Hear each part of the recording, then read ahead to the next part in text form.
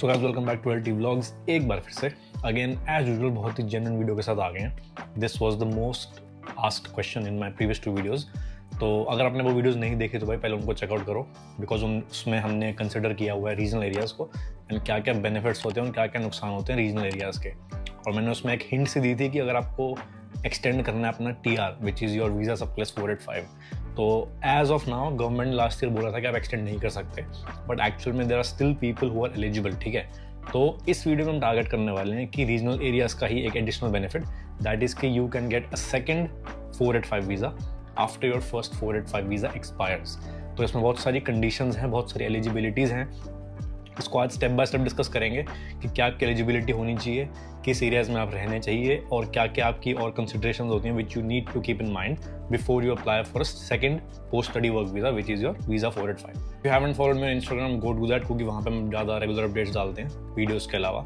तो चालू करते हैं इसी वीडियो के साथ। आज का मुद्दा यही है कि भाई आप एक स्टूडेंट हो, आपने पढ़ाई पूरी कर ली, आपके पास 485 वीज़ा भी आ गया एंड हो सकता है कि आपका 485 वीज़ा खत्म होने वाला हो, विच इज़ आइदर 2 years और 3 years डिपेंडिंग जो भी आपने कोर्स किया है। और आप वंडर कर रहे हो कि यार अगर मेरा PR नहीं आता तो is that the end of the line, क्योंकि as per the latest laws एक बार अगर आप TR पे आ जाते हो आप दोबारा से स्टूडेंट वीज़ा पे नहीं जा सकते। तो वो सिचुएशन तो that's gone out of the window.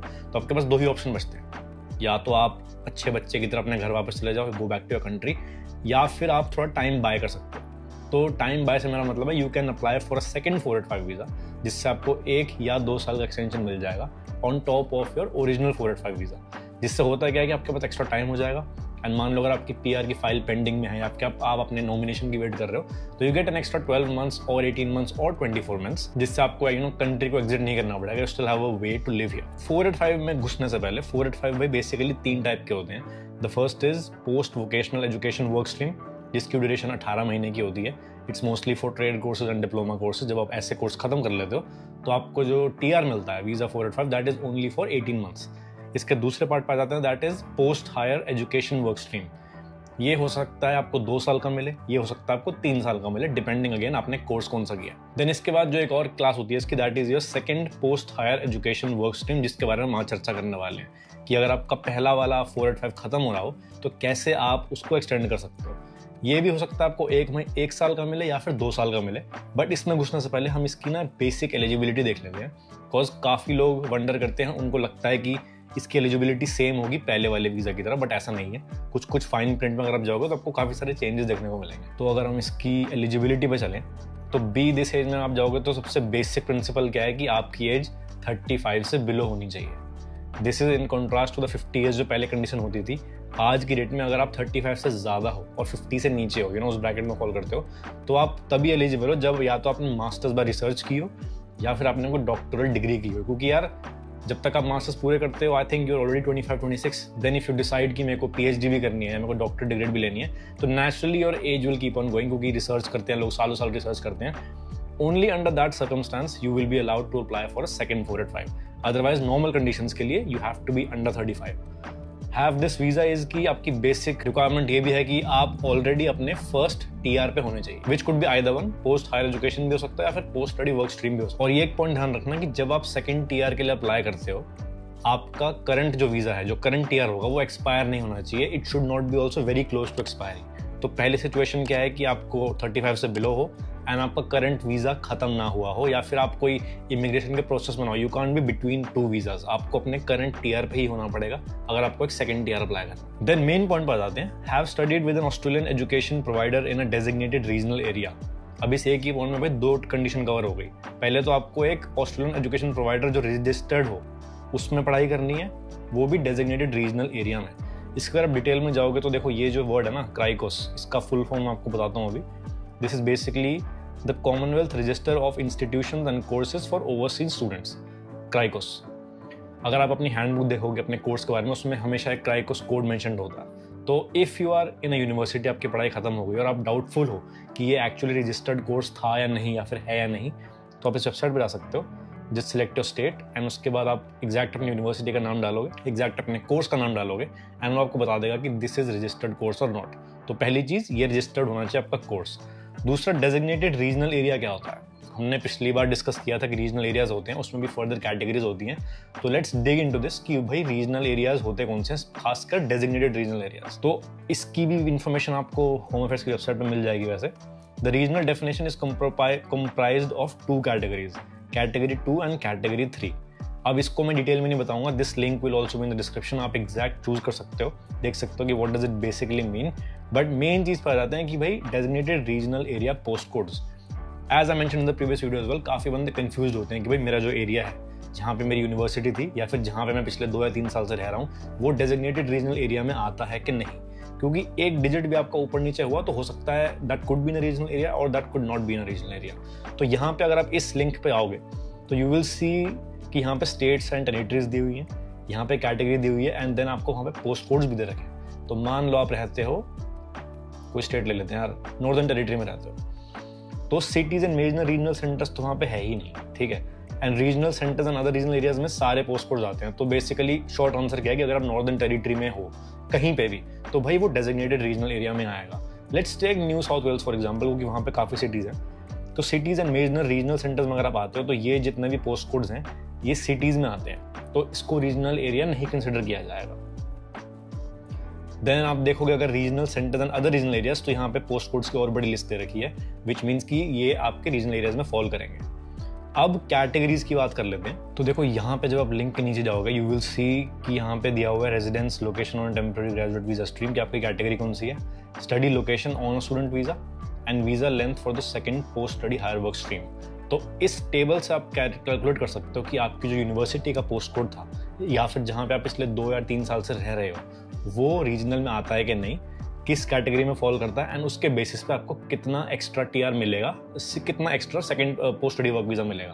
तो लेट्स से आप रहते हो कैटेगरी 2 में, डेजिग्नेटेड सिटी और मेजर रीजनल सेंटर, और जो आपकी यूनिवर्सिटी की लोकेशन थी, study location based on student visa, याद रखना, not your first year but your student visa. तो अगर आप उसमें कैटेगरी 2 में थे, डेजिग्नेटेड सिटी और मेजर रीजनल सेंटर, तो आपको 1 साल एक्स्ट्रा का टीआर मिलेगा।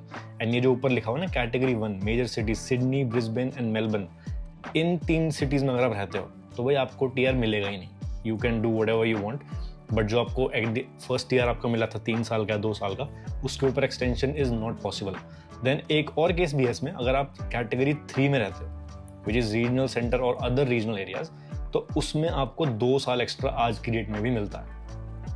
तो बहुत ही सिंपल प्रोसीजर है इस वेबसाइट का कि आप अपनी एलिजिबिलिटी चेक करो, आप देखो कि आपका जो कैंपस की लोकेशन थी वो किस पोस्ट कोड में फॉल कर रही है, एंड आपने जो वर्क एंड स्टडी की है इंक्लूडिंग लिविंग वो डेजिग्नेटेड रीजनल में है या नहीं। इसके बाद भी काफ़ी सारी कंडीशंस हैं जो बहुत बेसिक हैं, जैसे आपके पास एडिक्वेट हेल्थ इंश्योरेंस होनी चाहिए, आपके फर्स्ट ईयर में कभी भी ऐसा पॉइंट नहीं होना चाहिए when you did not have a health insurance.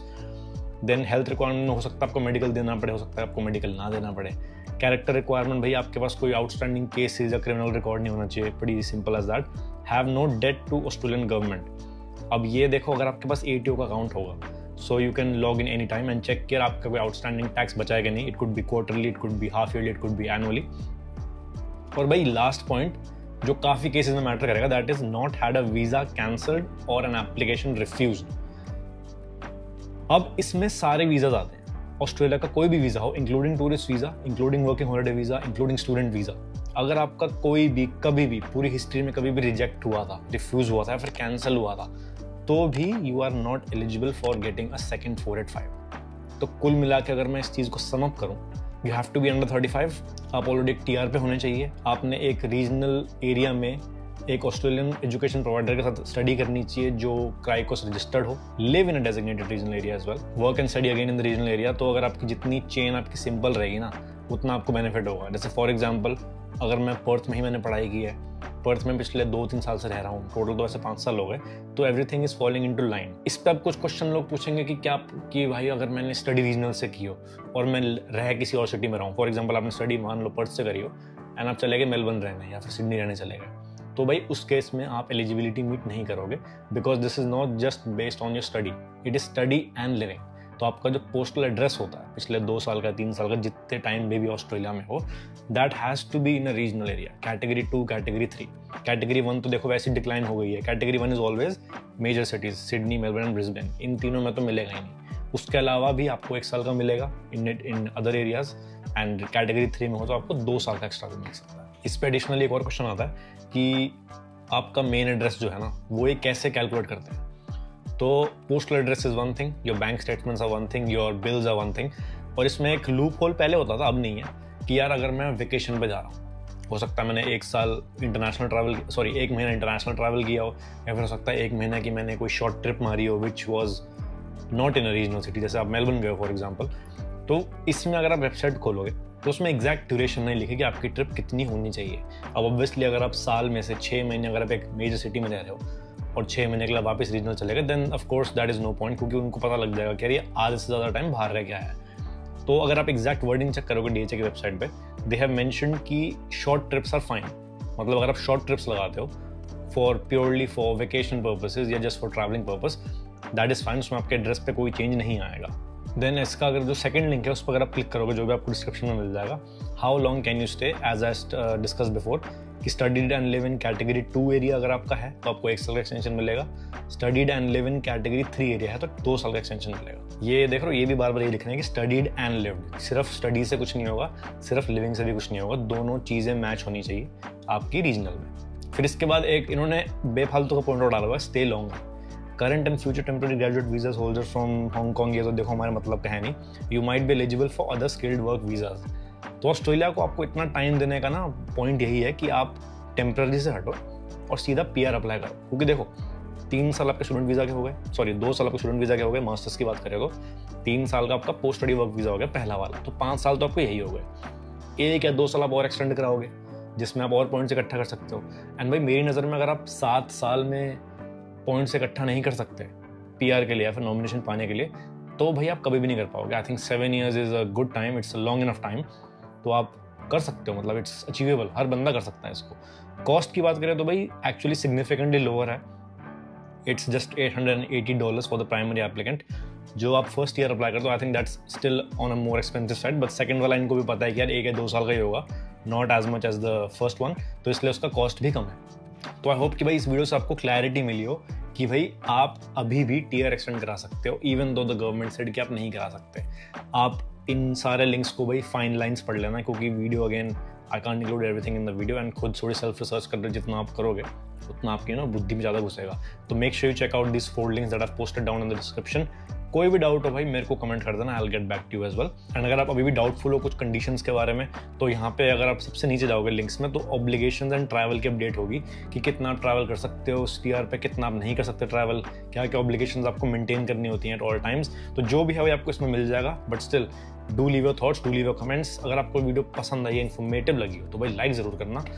Make sure you subscribe to our channel, this has been a long journey, हमें 5 साल से ज़्यादा हो गए हैं यूट्यूब पे, and we are targeting 200K subscribers soon. आपका बस सपोर्ट है यार, सपोर्ट करते रहो हमें, and will be coming with more content shortly. See you guys in the next one.